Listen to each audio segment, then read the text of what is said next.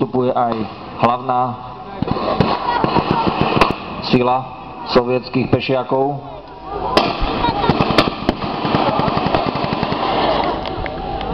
Ženisti postupujú zákopmi.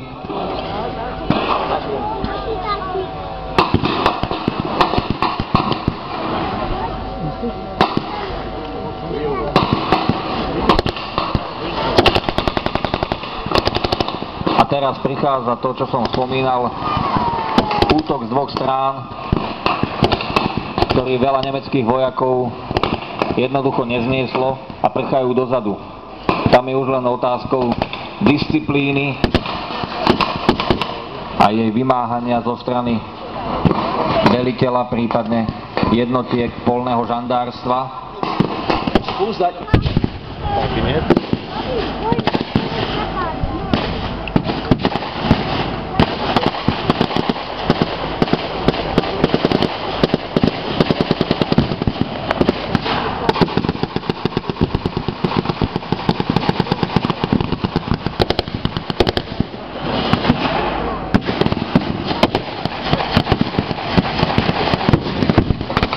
K rumunským jednotkám treba povedať ešte to, že Sovieti ich veľmi často nasadzovali